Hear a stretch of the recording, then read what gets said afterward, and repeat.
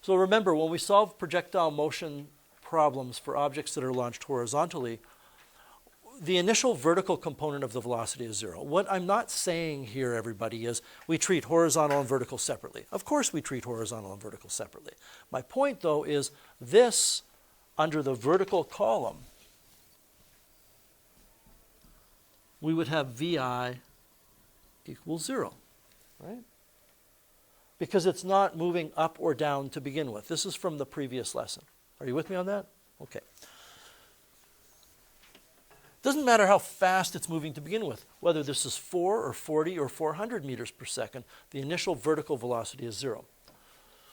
If an object is launched at an angle, then something's going to change. We're still going to treat the horizontal and vertical motions separately from one another, but we can't start off with VI equals 0. VI will not be equal to 0. It will be equal to some component of the initial velocity.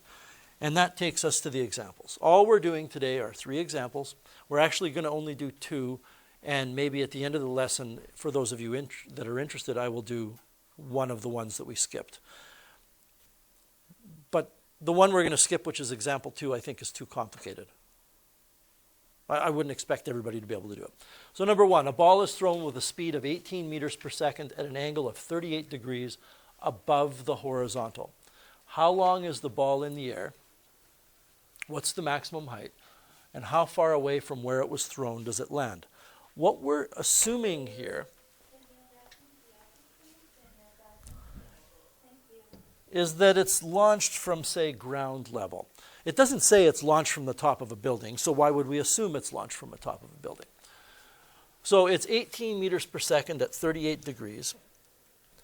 We can draw in a vector at 38 degrees.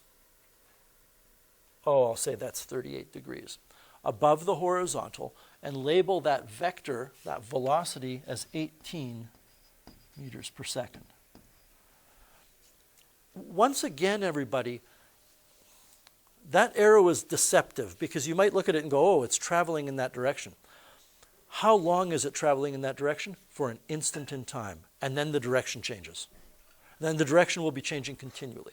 So the actual path that the object follows will look something like that. That's good enough.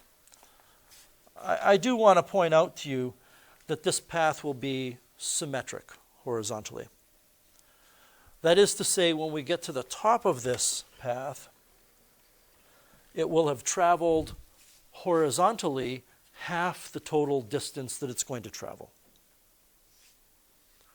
And although I don't want to overload your brain with this, although it's not necessary, when it strikes the ground, it will strike the ground moving at an angle of 38 degrees below the horizontal, and it will be moving at 18 meters per second. Okay, but we're not going to worry about that. We still have to treat things horizontally and vertically as separate ideas. So let's put in the information. We have V, D, and T under the horizontal. I'll put vectors just because. And we have VI, which we don't know. We have VF, which we don't know. We'll get back to that. We have A, which we do know. It's negative 9.81 meters per second squared. We have D, which we don't know. And we have T, which we don't know. That's a whole heck of a lot of don't knows. But I'm going to highlight 2 quantities in our table and tell you that this is going to be our starting point. We need to find this and this. We need to know the horizontal velocity of the ball when it's launched, and we need to know the vertical velocity of the ball when it's launched. When I say the horizontal velocity of the ball when it's launched, I hope everybody understands that's the horizontal velocity of the ball through the whole trip. And when I say the vertical velocity of the ball when it's launched, the vertical velocity of the ball when it's launched is an initial vertical velocity, which is going to instantly start changing. Because again, we're dealing with uniform motion here. And we're dealing here with uniform acceleration. I don't have enough room to write the word acceleration. Does anybody have any ideas on how we can determine the horizontal velocity and the initial vertical velocity? Yep. Could you make a triangle, and if it's 38 degrees in the bottom bit, then you can go 90 minus 38 to get data. Can you say that last part again? If you make a triangle like this with the velocity, then that means you can take 90 degrees minus 38 because that's the angle that's launched at. I'm going to just, and alter that ever so slightly. We're going to draw our triangle like this. We want to draw our horizontal first. Then we don't go 90 minus the 38. Okay? We're simply going to, in other words, we're going to find the horizontal and vertical components of that velocity. And my recommendation, everybody, is don't draw that triangle that Owen is talking about on this diagram. Because then you might be sucked into believing that that represents the actual motion throughout the whole trip. All Owen is saying is you need to find, it's 38 degrees, Owen? Yeah. You need to find the horizontal and vertical components of this velocity. And this goes back to, well, I don't know, Tuesday or Monday of last week, finding horizontal and vertical components of displacements, right? Well, we're just, like the quiz you wrote, you had to find the horizontal and vertical components. So I'm going to give everybody a minute here. It's a SOHCAHTOA. This angle might seem a little high, but this is 30. Why can I not remember that? 38? 38 degrees. So I'll give everybody a minute to find those horizontal and vertical, thank you, components of that velocity. And I know you know this because when I said we don't have to subtract, you went, oh yeah. But if you draw the horizontal first, your horizontal component will be connected to cosine, which we learn in math. Cosine is x over r. Math 20. If you're not in Math 20, that doesn't make much sense to you right now. And if you draw your horizontal first, sine will always give you your y. Your y is related to sine. And the reason for that is those definitions in math, and I'm getting off topic, are connected to the reference angles, which are angles between the arms and the x-axis, which are angles between the arms and the horizontal. I just thought we could connect the two classes together here.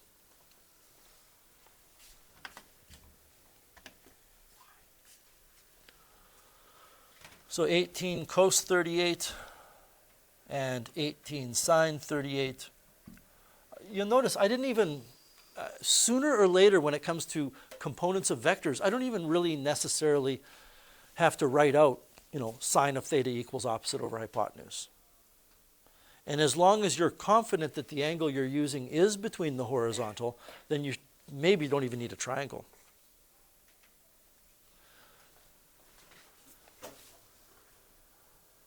So what do we got here? I'm going to put them in my list now. 14.184 meters per second for horizontal. Vertical is 11.082. And we're off and running, except, and this is going to get not sneaky, it's just going to require careful, slow, deliberate thought. One of the things we're asked to find is the time the ball is in the air, and one of the things we're asked to find is the maximum height. Now just a second. Do you agree that when the ball is at the maximum height, that does not correspond to the total time in the air? Okay. So what we don't want to do is in our vertical column, imagine this time as being the total time in the air, because then we can't find the displacement. We'll get 0. If you use the total time, you'll get 0 for a displacement because it's back where it started vertically. So what we want to do is talk about this being the final, at least in terms of our calculations, that being the final location of the ball. And if we can find that vertical D, that's the answer to the maximum height. And if we use the time to get to that point, the total time in the air would be double that. And that's where I'm going with this. So I can then say VF equals 0. I don't know, we've had this conversation before. I think it was Ryan who had asked a couple of weeks ago, maybe not, I can't remember. But somebody had asked, well, do we have to do that? Can't I just take the whole trip and analyze that? And we just kept running around in circles. Remember, we would get something like 4 equals 4 in the equation, or 0 equals 0. It was a waste of our time. So you need to cut that total trip in half. You know VI, VF, and A. You can find D and T here. The only thing that makes this projectile motion is this chart. But once you have this, everybody, it is a straight-up kinematics problem from a week and a half ago. It is kinematics formulas. So, for example, for D, there's so many different ways you can go about this. I'm going to use this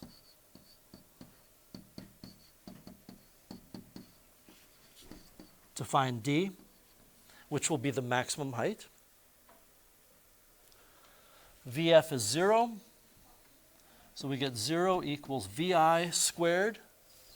That was the 11.082 squared, plus 2 times negative 9.81 times D. You need that negative there. If you don't have that negative there, you're going to get an error.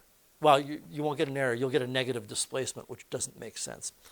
So I need to square that 11.082, subtract it to the other side where it becomes negative, and then divide by 2 times negative 9.81.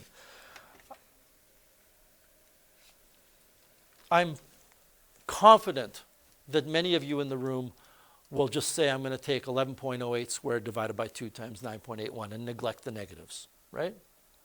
However, I would like you to look up here, and in a second I'm going to ask you what I've done wrong. I'm going to take negative 11.0, well, negative answer squared, and that there's nothing wrong with that. I'm saying square the answer and put a negative in front of it, divided by 2 times negative 9.81. What have I done wrong? Joseph? Yeah, or 11's not in brackets, so then it's going to multiply just by a negative. That's what I want, though, because this thing here is a number. Would you agree? When I move it to the other side, it becomes the negative of that number. That's what I want. I do want that negative answer squared. I don't want to take negative 11.082 and square negative 11.082. That's not what I've done wrong. But there is a real serious problem with what I've entered here. Yeah. You didn't do brackets, so divide by 2 then times. Right.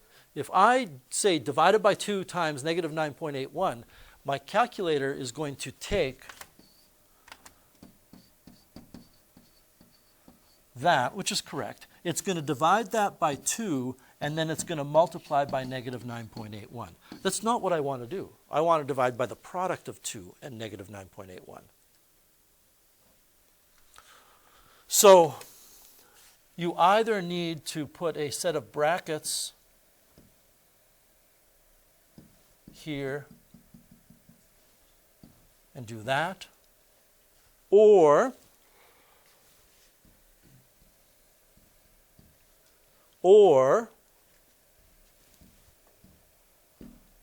divide by 2, divide by negative 9.81. Because when I was in high school, they hadn't invented brackets yet. They had, come on. But that's just how I was taught. We even had, believe it or not, brackets on calculators back then. But this was just simpler. In either case, what we get is 6.26, and that was a displacement. So now we know the height is 6.26 meters, the maximum height. Are we good with that? Okay. Now what I'm going to do is find the time. And keep in mind a couple of things. One, the time I find will be the time just to get to that point. That's not the total time in the air. Two, now that I know VI, VF, A, and D, I can use, the door is wide open. I can use a lot of different formulas. I would probably use acceleration equals VF minus VI over T. But feel free to use whichever formula you want that has T in it. This is going to become negative 9.81 equals 0 minus that 11.082 over T. So we're going to get T equals negative 11.082 divided by negative 9.81. I've talked about this before. I just want to throw it out there. And if it flutters to the ground, for some of you, don't worry about it. But I think it's important. The acceleration due to gravity is negative 10 meters per second squared, ish. The object is moving up at 11 meters per second to begin with. It's going to take about a second to go from 11 meters per second down to 0 meters per second. A little bit more. I want to go back up and grab this exact value. What do I need to do? I need to take the negative of that divided by negative 9.81. I get about 1.13 seconds. I want to circle back here. Joseph, I didn't follow up with that whole negative n squared. You get that? No, I got confused when I looked at the question. So you're okay then? You were asking for what's wrong, so I just thought you forgot the bracket. Okay. So we're good then? Yeah. Okay. So you understand. Okay, good. Now, that's not the total time in the air. The total time in the air will be twice that. Okay? And I'm going to summarize my answers over here. I'm going to say the maximum height was 6.26 meters. The total time in the air is 2.26 seconds, twice 1.13. I've never noticed that before with this question. They're both 0.26, but coincidence and all that. Don't read anything into that. But when I go to find D, I'm going to put 1.13 seconds here. And I know that some of you will want to put twice that time there, okay? But I don't like that, because then you've got this one chart which is talking about everything, and you have a different time vertically than you do horizontally. I would rather you, just me, I would rather you stick with half the time. Now we can do, in this little section here, we can do distance equals speed times time. So that's the 14 meters per second multiplied by the 1.13 seconds, and get a distance and then double that distance, because it's twice the distance that the object travels horizontally. This distance that we get here, which is going to be about 15, somewhere between 14 and 15, we'll just check it out. I need...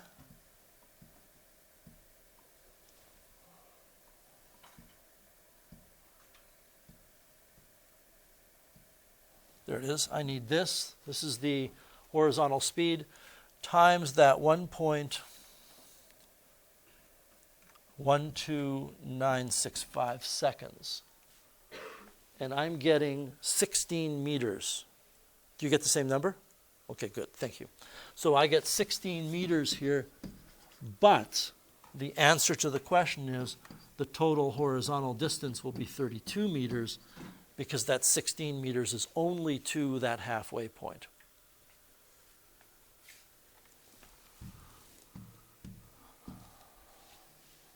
There's a lot going on in this. I mean, just take all that in. There was a lot that happened here. Before I go on to example 3, does anybody have any questions with any of the work we did here?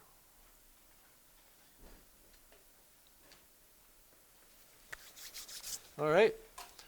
So, as I said, I'm not going to do number 2. I don't know what I was thinking when I put this in here. This is possible to figure out. A lawn dart is thrown at an angle of 49 degrees above the horizontal, and it lands 15 meters away from where it was thrown. Believe it or not, using only that information, you could find out anything about the path of this object. But it requires a lot of algebra and a lot of systems of equations, I guess, is maybe the best way to put it. So I will maybe do that one for the class later for those of you that are interested. Okay. We're going to go to number 3. This is the penultimate projectile motion problem, where you have an object thrown at an angle from the top of a building, and you need to find everything that we found before. Maximum height, how long it's in the air, where does it land. So let's just sketch this. We've got a tower, 75 meters tall. The object is launched at an angle of 40 degrees. And leave myself a whole heck of a lot of room here. It's launched at an angle of 40 degrees above the horizontal at 35 meters per second. So this is the horizontal here. 40 degrees above the horizontal would be right about there. And this is 35 meters per second. Somebody has a heck of an arm. It's very, very fast. And it's 40 degrees.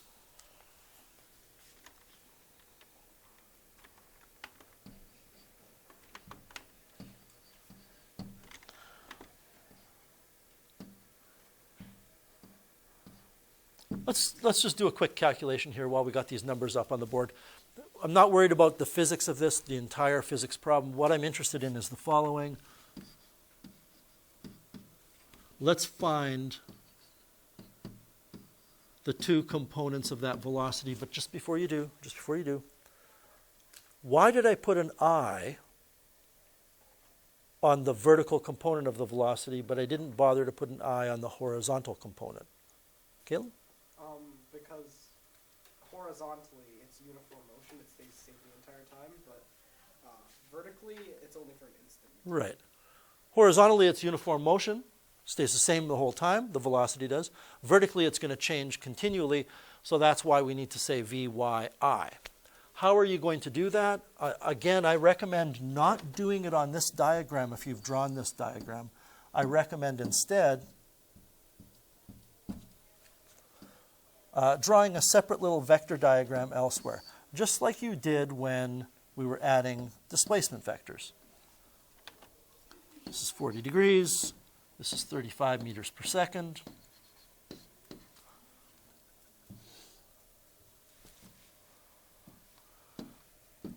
We have a horizontal component. We have a vertical component. I'll give everybody a minute to do your SOHCAHTOA magic there and determine the horizontal and vertical components.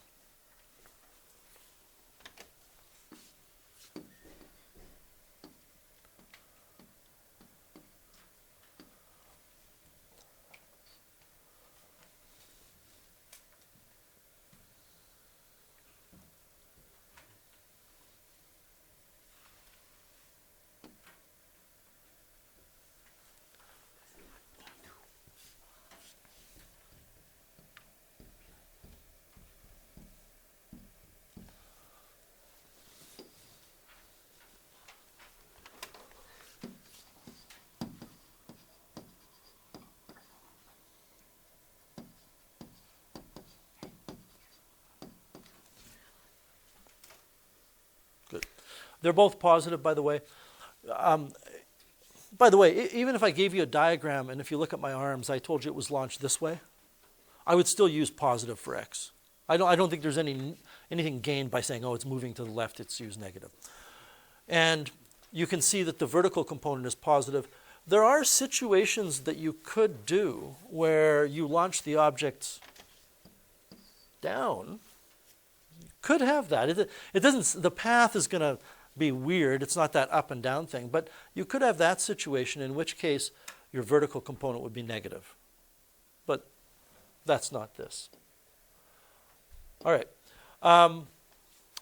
it just occurred to me that on my calculator, I very often scroll up to grab numbers. If you don't have a calculator where you can do that, but you have a TI-83, when you take your 35 cos 40 and you get it, you can store that somewhere. And, you know, if you want to be really fancy, we can store it by hitting the store key, which is right above on, and then you go alpha and store it as x. That's pretty easy to remember. Then x is your x component. And when you do 35 sine 40, you can store that as y if you want. Okay? Anyway, we have those. What's the path? Now let's get back to the question. What's the path that this object will follow? It will do this. No, it won't. It will do this. It's like a sticky piece of gum. There we go. Do you agree? Ish? Roughly? Okay. Do you agree that at this point, I have some issues with the smartboard today.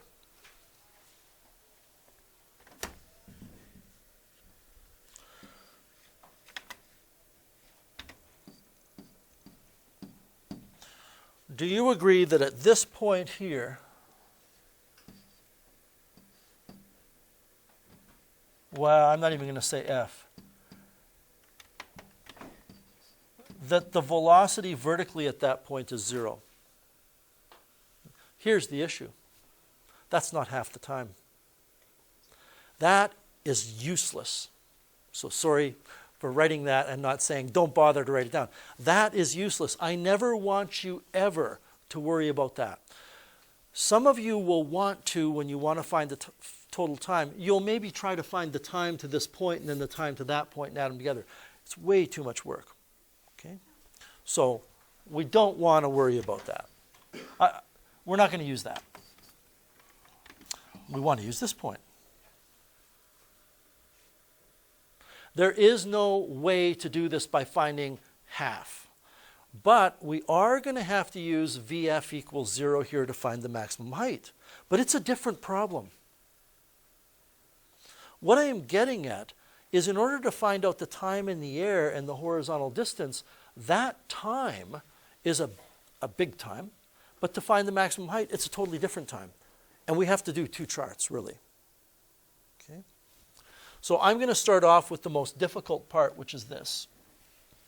And as I said, this is the most difficult question you can have. So I'm going to talk here about the total trip.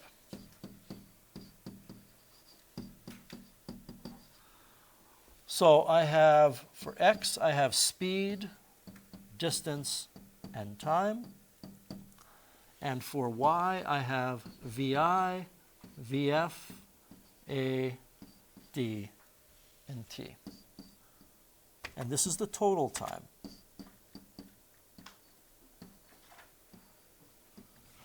We can put in some numbers. The building was it 75 meters tall? Thank you. So the displacement of the object will be negative 75 meters. The acceleration is negative 9.81 meters per second squared. And VI is positive 22.5 meters per second. It's the vertical component.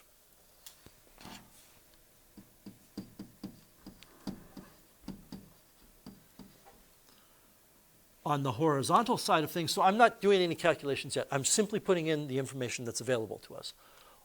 On the horizontal side of things, we know the velocity horizontally is 26.8.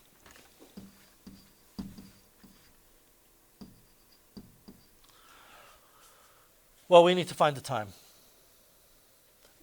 Listen very carefully. We need to find this time here for two reasons. One, we need to find this time because we are asked for the total time in the air. And two, we need to know that total time in the air to find out the total horizontal distance, which is also a thing that we're asked to find. Okay? So I would like you to go to your formula sheet, find the formula that we can use to find time from D, VI, and A.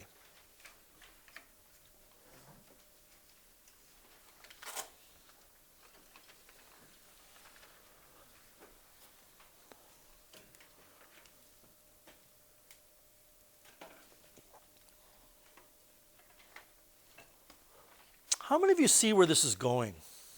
Don't we first need to find the final velocity and then find the time? Because we can't use the formula there, vt plus plus half 2at squared, that one. Correct. Because we know the velocity, so we can't find the time. Right. So the formula, I kind of tried to trick you guys there. The formula that would be the d equals vit plus a half at squared. Right? This is what you would get. You would say, well, Mr. Way said, use the formula that does not have what you don't care about. And I don't care about VF. Well, actually, I do. But when you look at the strategy, I don't care about VF, so this is it. But since VI is not 0, as Christina says, there's no way mathematically for you to calculate the time from that formula. There's a mathematical way to do it. You just haven't been taught it yet. So what we do instead is this gets thrown into the trash heap, and we find VF. Which formula would we use, Christina? VF squared, vi squared equals to 8 plus Excellent. 2at. VF squared is equal to VI squared plus 2AD. And this entire problem is fraught with all kinds of potholes and obstacles. I mean, first of all, keep in mind, everything we're doing right now is just to get the total time and the total horizontal distance. Then we have to make a different chart to find the maximum height, because that's a different time. Then we're back on the road, and all of a sudden there's a roadblock. Well, you can't do this, so you have to do this. There's going to be another little obstacle here in a second. But let's put in the numbers.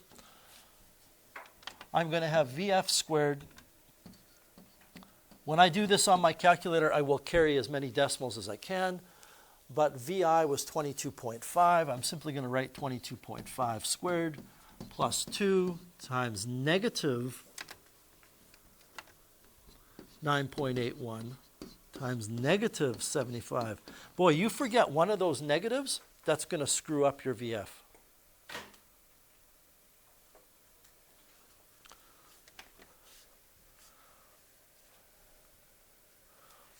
So that was, I stored that as y. Let me just make sure that it's, yep.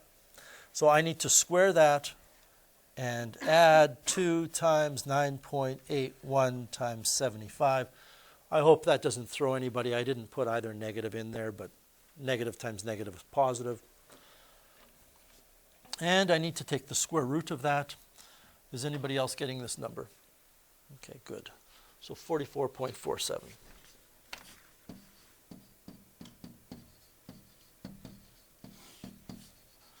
Now, there's a huge mistake on the board right now. It's huge. We're not going to get the right answer because I've written down something that's just not true. Well, that's true, but I want to know the final velocity. What's wrong with saying that's the final velocity? Owen? You did a plus or minus on the square Right. root. It's actually plus or minus when you take the square root.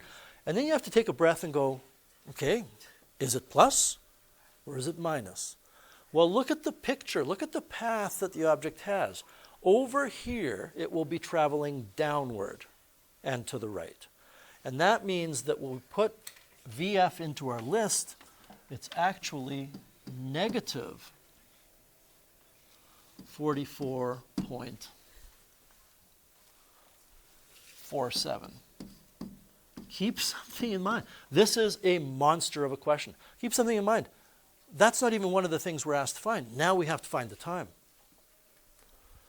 And again, the nice thing about it, all of this stuff that we're doing, all of the stuff that I am not covering up is a problem from a previous part of the unit.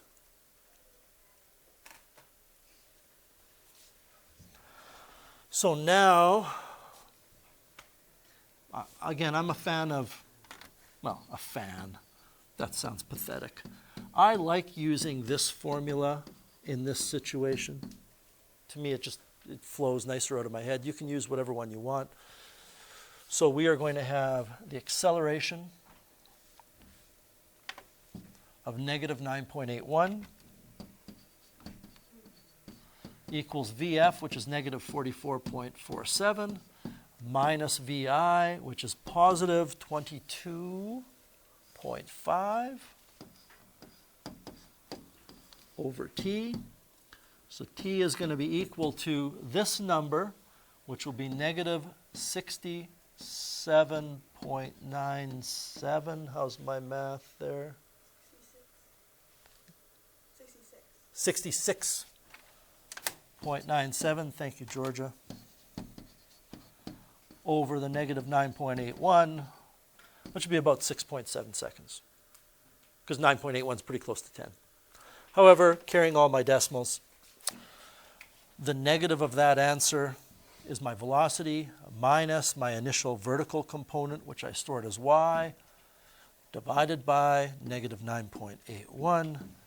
We have one of the three answers to the question now. It's in the air for 6.8 seconds.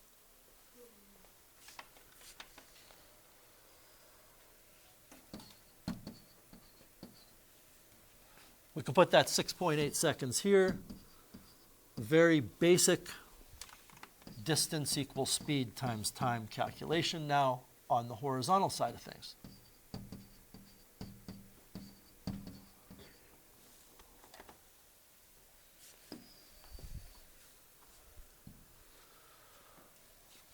I stored that horizontal velocity as x, 183 meters. That's not surprising. You're on top of a 75-meter tall building, and you hurl that baseball at over 100 kilometers per hour. 35 meters per second is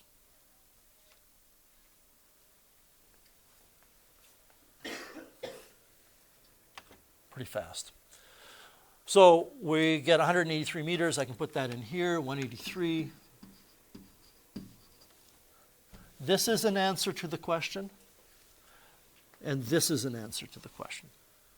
The ball is in the air for 6.8 seconds.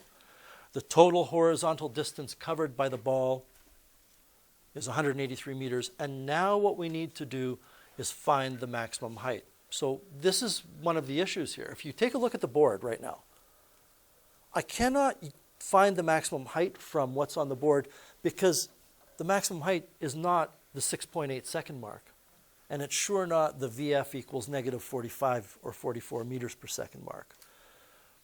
Don't try to take a shortcut here and do this. Don't do this. Leave all your work that you did for the first part and just take a minute and reconstruct the table. It's only going to be the vertical part that changes.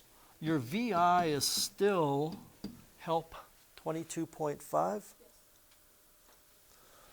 Is still 22.5 meters per second. Your VF now becomes 0. It's a different question. You don't want to just use the same table for both questions. Now we go with the VF equals 0 at the top. Right? So when I said earlier, don't use this, don't use it for the whole trip when you find the time and the distance horizontally. But you will have to use that idea for the maximum height. And there's going to be a little roadblock here, a little tiny bump. What else do we know? We know the acceleration due to gravity. It's negative 9.81. That ought to be enough for everybody to find D. It's a VF squared equals VI squared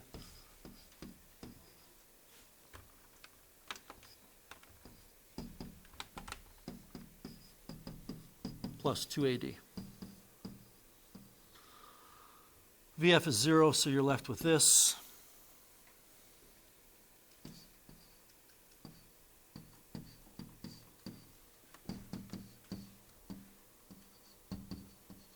We did this type of calculation already. I put that 22.5 in brackets because when we subtract it, then even though I think we all get this, you will understand why the number itself is going to be negative. You're squaring the number and then you're subtracting it to the other side. And we need to divide by the product of 2 and negative 9.81.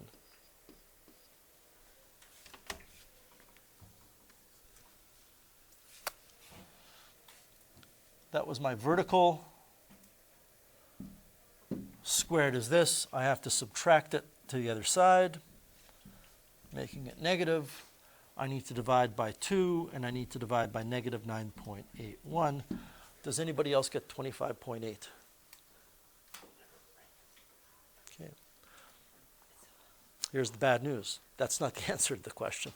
That's not the maximum height of the ball. Yeah.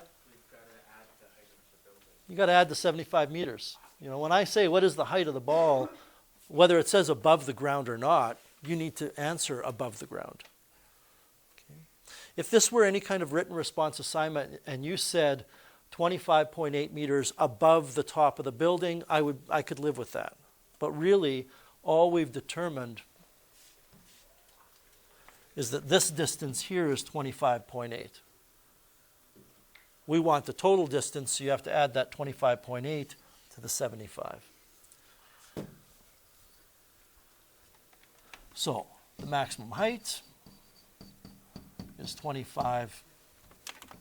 Did I say 25.8? Okay. Plus the height of the building is 75 meters. Gives us about 100.8 meters, 101 meters. I mean, look at this question. Just, take it in. We had to do all of this, and admittedly, I've got a lot of wasted space here, but that's a lot of work, right? And there's a whole bunch of reasoning behind that work to find the horizontal distance and the total time. And then we have to switch gears and find the total, well, not the total, find the maximum height using kinematics again with a different situation where VF is 0.